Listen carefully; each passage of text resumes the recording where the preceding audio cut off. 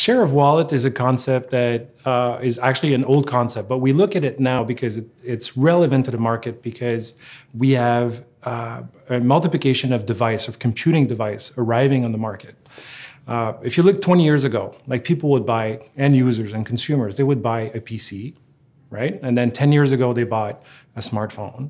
And then 5 years ago, they bought a tablet, right? But right now, you have wearables, you have connected speakers, you have connected cars, you have various devices that you can put in your home that all work together. But the thing is, if you're a hardware manufacturer, a device manufacturer, you have to think that people don't have unlimited money. IDC noticed that people on average would spend around 2% of their annual income, right, per household on connected device. But that number is going up. So there's a lot of factors for that. When you look at all the devices in a connected home, devices are being kept longer. So if you look at PCs or tablets or phones, people are keeping those devices longer.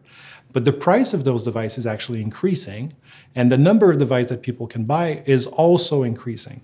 So that 2% could shift to 3 or 4% in the next 5 years. So the other interesting trend is that we're seeing computing go from device to the cloud, right? So the devices are actually not getting smarter. The devices are becoming just a mean to access computing power that's everywhere. So what that means is that the price of device and the power of those devices are actually going down because you just needed to access something that's elsewhere. So the margins and the profit and the revenues generated by those devices is actually decreasing, right? So those companies should try to focus on the platform, the ecosystem, and the services they can provide to end users.